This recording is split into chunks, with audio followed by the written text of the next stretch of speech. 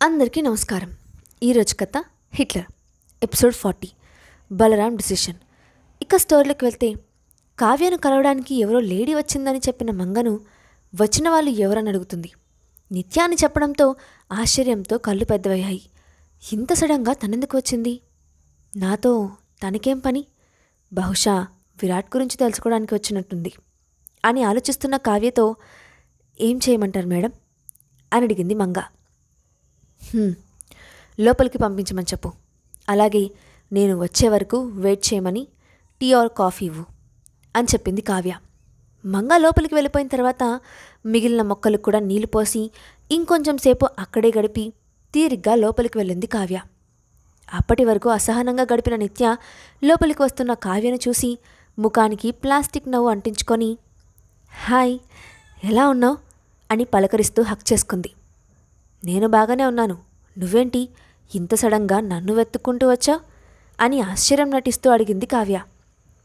ఈ మధ్యనే సిటీలోకి వచ్చాను, నిన్నొకసారి కలిసినట్టు ఉంటుందని ఇలా వచ్చాను. నీ ఆరోగ్యం ఎలా ఉంది అని అడిగింది నిత్య. పర్లేదు, ఒక్కరోజు పట్టించుకోకపోతే చాలు ఏదో ఒక ప్రాబ్లం వస్తుంది, కానీ తప్పదు కదా అని పొడిపొడిగా నవ్వింది కావ్య. ఏదేమైనా నువ్వు కాస్త జాగ్రత్తలు తీసుకోవాలి, నీ శరీరం అసలే చాలా డెలికేటెడ్గా ఉంటుంది అని చెప్తూ ఒక్కసారిగా సైలెంట్ అయిపోయింది నిత్య.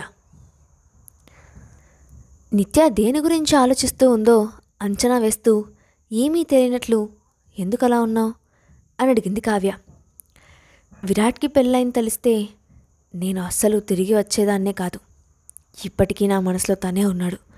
దూరంగా ఉన్నా అస్సలు మర్చిపోలేకపోతున్నాను. ఎంతో ఆశగా అతని కోసం వస్తే ఈ విషయం తెలిసింది. నాకేం కావాలో కొంచెం ముందుగా తెలుసుకొని ఉంటే జీవితాన్ని కోల్పోయేదాన్ని కాదు అంటూ కన్నీళ్లు తుడుచుకుంటూ చెప్పింది నిత్య. మరి అంత ప్రేమ ఉన్నదానివి ఎందుకు వదిలేసి వెళ్ళిపోయావు? విరాట్ నిన్ను చాలా బాగా ట్రీట్ చేసేవాడు. ఎప్పటికైనా మీరిద్దరూ పెళ్లి చేసుకుంటారని అనుకున్నాను, కానీ ఉన్నట్టుండి నువ్వు వెళ్ళిపోవడం చాలా ఆశ్చర్యం అనిపించింది. ఎందుకలా చేశావు అని క్యూరియస్గా అడిగింది కావ్య. మొదటి నుండి నిత్య ప్రవర్తన కావ్యకు అస్సలు నచ్చేది కాదు. విరాట్ను అడ్డం పెట్టుకొని ఇష్టం వచ్చినట్లుండేది.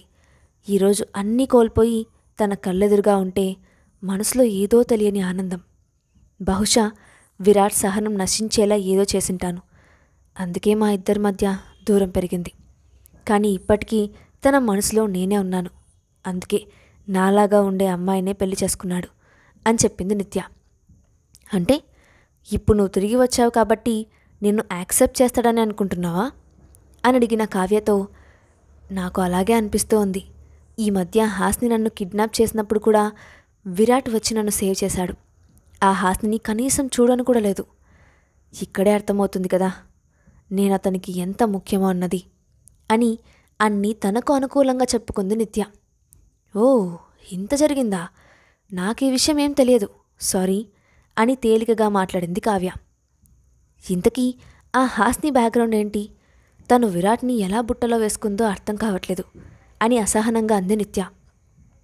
నాకు తెలిసి బ్యాక్గ్రౌండ్ చాలా సింపుల్, నార్మల్ అమ్మాయి. అయినా విరాట్ను అట్రాక్ట్ చేయడం ఎవరి తరం కాదు. తను కావాలని అనుకుంటేనే ఎవరైనా తన జీవితంలో ఉంటారు అని వాస్తవం గుర్తు చేసింది కావ్య. నిజమే అని సైలెంట్ అయిపోయింది నిత్య. నువ్వు విరాట్ని నిజంగా ప్రేమించి ఉంటే అతనితో మంచిగా ఉండు, నీ బిహేవియర్తో అట్రాక్ట్ చేయి. నీలో సిన్సియారిటీ కనిపిస్తే తనే నీ దగ్గరికి వస్తాడు అని చెప్పింది కావ్య.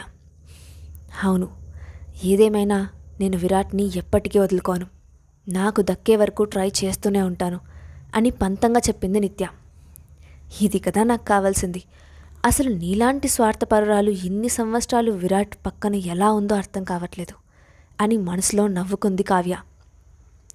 ఇది ఇలా ఉండగా రూమ్లో కూర్చొని వర్క్ చేసుకుంటున్న హాస్నికి తన దరిదాపుల్లో ఎక్కడా విరాట్ కనిపించకపోవడంతో అమ్మయ్య హిట్లర్ బయటికి వెళ్ళినట్టున్నాడు, వెళ్ళి ఫోన్ తెచ్చుకుంటే సరి అనుకుంటూ ఛార్జింగ్లో ఉన్న ఫోన్ తీసుకొచ్చి గేమ్ ఆడుకోవడం స్టార్ట్ చేసింది హాస్ని. కాసేపటికి రూమ్లో ఎవరో వస్తున్న అలికిడి కావడంతో మొబైల్ను దాచేసుకొని చదువుతున్నట్లు యాక్ట్ చేస్తూ కూర్చుంది హాస్ని.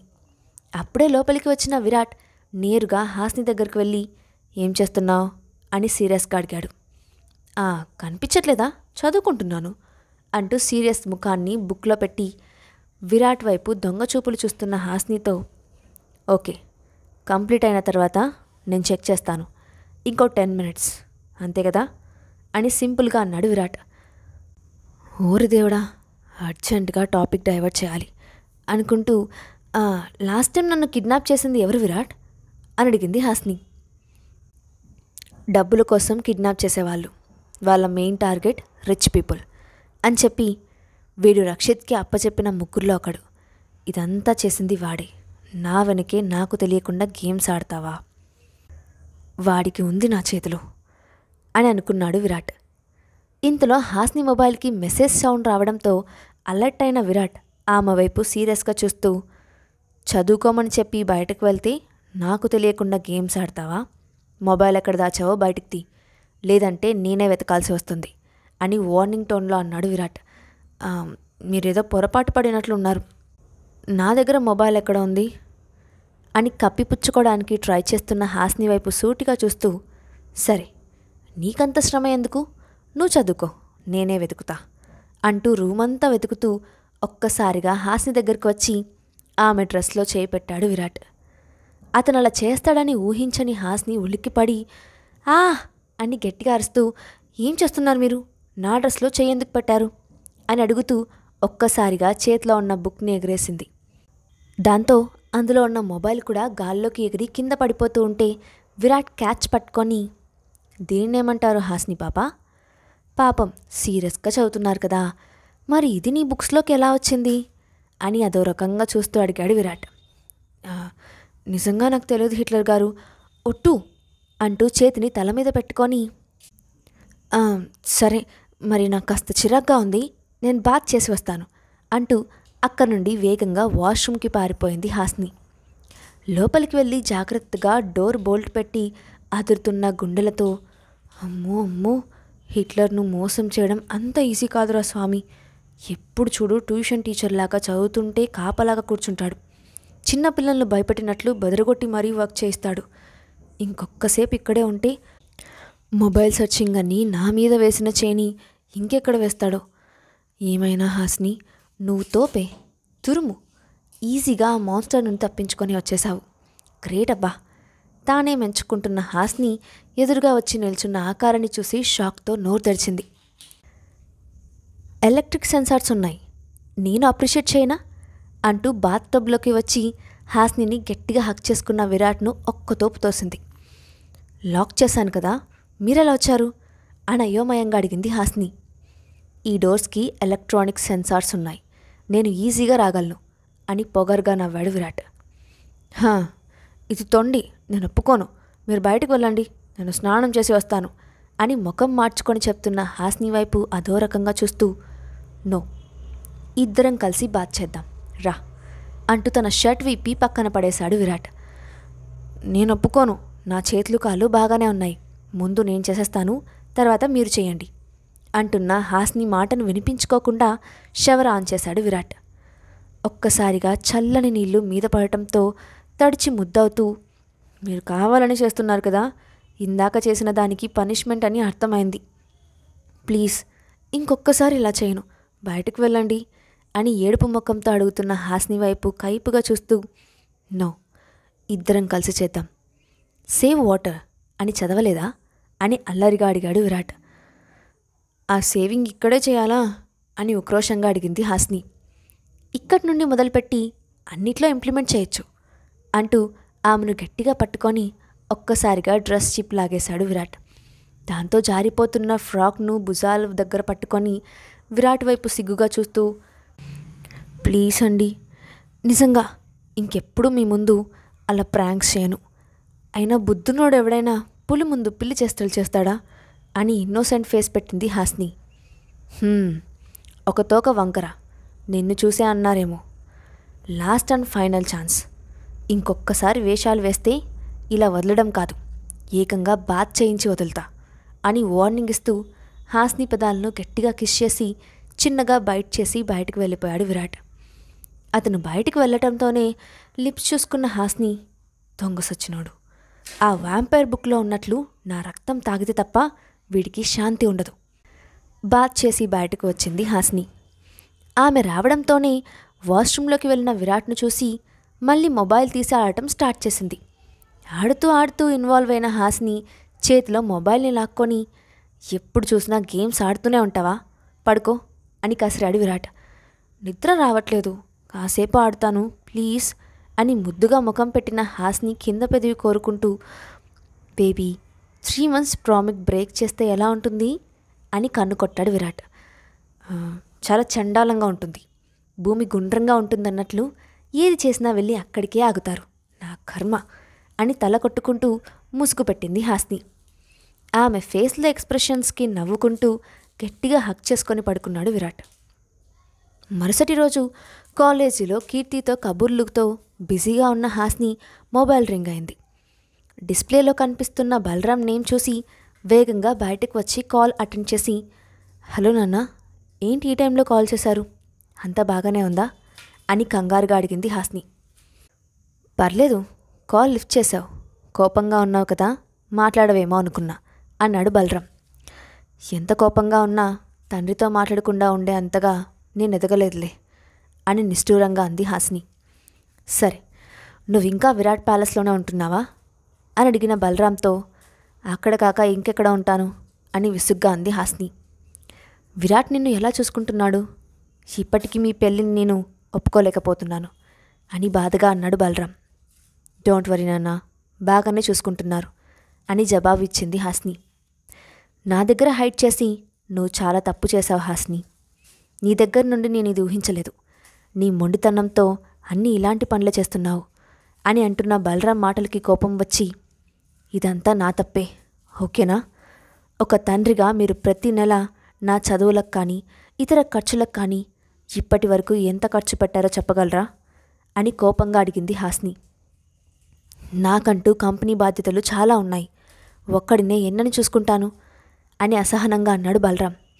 ఓహో అలాగా, ఇప్పటి వరకు నేను నా మెరిట్తో వచ్చిన స్కాలర్షిప్ మీదే బ్రతికిందే ఎక్కువ, నా ఖర్చులకి నేనే ఎర్న్ చేసుకునేదాన్ని, ఈ ఆన్సర్ చాలా, హ్యాపీగా మీ భార్యతో కూతురుతో ఉండండి, ఆ కూతుర్ని దగ్గరుండి చూసుకోండి, మీరు మారరు, మీ తప్పులు మీకు ఎప్పటికీ తెలియవు అని కోపంగా కాల్ కట్ చేసింది హాసిని. మీరు అర్థం చేసుకుంటారనుకోవడం నా మూర్ఖత్వం నాన్న అని కన్నీళ్ళు తుడుచుకుంటూ క్లాస్లోకి వెళ్ళిపోయింది హాసిని. కాల్ కట్ అయిన తర్వాత హాసిని మాటలు తలుచుకుంటూ భారంగా మారిన గుండెతో అలాగే గదిలో ఉండిపోయాడు బలరాం. అతనికి తను ఎక్కడ తప్పు చేశాడో అర్థం కావట్లేదు, కానీ హాసిని మాత్రం తనకు అందనంత దూరంగా వెళ్ళిపోయిందని అర్థమైంది. నా అతిపెద్ద ఫెయిల్యూర్ నా ఫ్యామిలీ ఒక్కటే, ఒక తండ్రిగా నా కూతుర్ని పెంచడంలో ఓడిపోయాను అని బాధపడుతూ బలరాం కాసేపటికి ఏదో నిర్ణయానికి వచ్చినట్లు మహేశ్వర్కి కాల్ చేశాడు. తొందరగా వర్క్ ఫినిష్ చేసి చెయ్యి, ఇంటికి వెళ్ళిపోదాం అని చెప్పి కాల్ కట్ చేసి అక్కడే వెయిట్ చేశాడు. ఆమె రాగానే తనను తీసుకొని ఇంటికి వెళ్ళిపోయాడు బలరాం. దారంతా కూడా దిగులుగా ఉన్న భర్తను చూసి, ఏమైనా ప్రాబ్లమా, ఎందుకంత డల్గా ఉన్నారు అని అడిగింది మహేశ్వరి. ఇంటికి వెళ్ళాక మాట్లాడదాం అని మాటలను పొడిగించలేదు బలరాం. అతని బిహేవియర్ తనలో రకరకాల అనుమానాలను రేకెత్తిస్తుంటే ఇంటికి వెళ్లే వరకు కష్టంగా గడిపింది మహేశ్వరి. కార్ దిగి లోపలికి ఎంటర్ అవ్వడంతోనే, నీతో మాట్లాడే పని ఉంది, స్టడీ రూమ్లో ఉంటాను, అక్కడికి రా అని చెప్పి ఫాస్ట్గా వెళ్ళిపోయాడు బలరాం. ఆ మాటలకి ఎందుకో మహేశ్వరి గుండెలు దడదలాడుతున్నాయి. అసలు ఇతనేం చెప్పాలనుకుంటున్నారు అని భయంగా స్టడీ రూమ్లోకి వెళ్ళిన మహేశ్వరికి కార్నర్లో ఉన్న విండో నుండి సీరియస్గా బయటకు చూస్తూ కనిపించాడు బలరాం. చెప్పండి, దేని గురించి మాట్లాడాలనుకుంటున్నారు, కంపెనీలో ఏదైనా ప్రాబ్లమా అని అడిగిన మహేశ్వరితో, కంపెనీలో ప్రాబ్లం అయితే అక్కడే మాట్లాడతాను అని స్పష్టంగా చెప్పాడు బలరాం. మరి దేని గురించి ఇంత ఆలోచిస్తున్నారు అని ప్రశ్నార్థకంగా చూసింది మహేశ్వరి. ఇన్ని సంవత్సరాలుగా ఈ కుటుంబం కోసం నువ్వు చాలా చేశావు, కానీ హాసిని విషయం మాత్రం పక్కన పెట్టేశావు. నా మొదటి భార్య చనిపోయే సమయానికి నేను బిజినెస్లో బిజీగా ఉండటంతో తనను చాలా నిర్లక్ష్యం చేశాను. ఆ తప్పును ఇప్పుడు సరిదిద్దుకోవాలనుకుంటున్నాను అంటూ బలరాం చెప్పిన మాటలకు షాక్ అయిపోయింది మహేశ్వరి. మహేశ్వరి అంతలా షాక్ అవడానికి కారణం ఏంటి, బలరాం ఏం చెప్పాలనుకుంటున్నాడు? నెక్స్ట్ పార్ట్లో చూద్దాం. ఈ స్టోరీ అప్డేట్ ఎలా ఉందో కింద కామెంట్ బాక్స్లో మీ ఒపీనియన్ని షేర్ చేయండి. అలాగే ఇలాంటి మరిన్ని స్టోరీస్ కోసం మా ఛానల్ను తప్పకుండా సబ్స్క్రైబ్ చేసి పెట్టుకోండి. Thanks for watching.